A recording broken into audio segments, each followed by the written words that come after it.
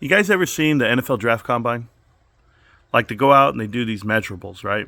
They measure the height, the weight, the speed, the velocity of the throws, the hands, the strength. They do all these measurables. And that's how they give you a draft grade. But it really doesn't matter. Measurables don't matter so much. What matters is execution, scheme, game plan, leadership, personnel, coaching.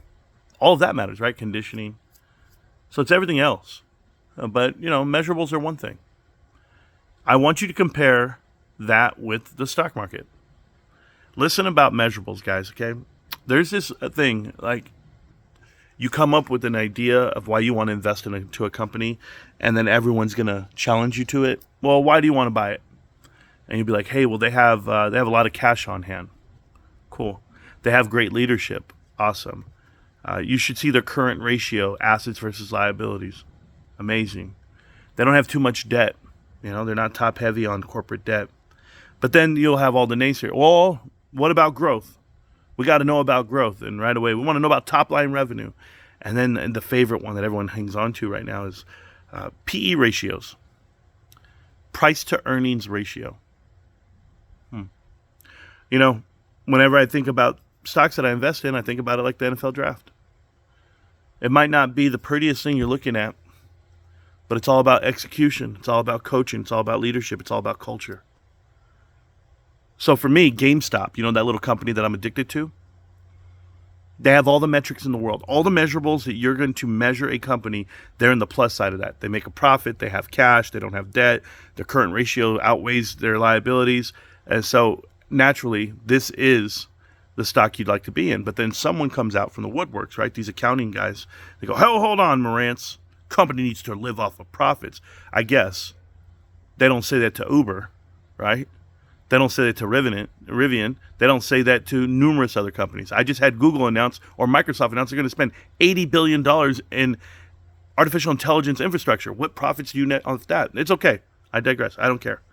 I want to talk about it in a different way. PE ratios. So right now, GameStop's doing their fourth quarter. It's cyclical. It's seasonal.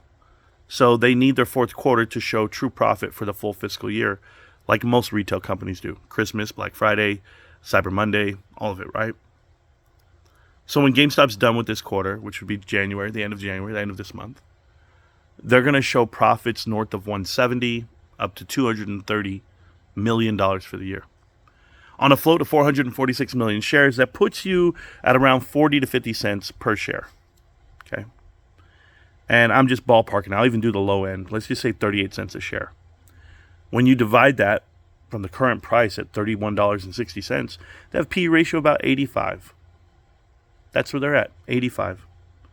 Is that the best thing in the world ever? Probably not. Does it put you in the right place, the right vibe? Absolutely. And I'll tell you why. Because the next year, right, 2025, the one that we're in right now, the P ratio is going to be somewhere around 45. They're going to increase that much. They're still increasing now. You don't know what it's worth until you sit there and you watch it happen in real time. It's absolutely happening right now.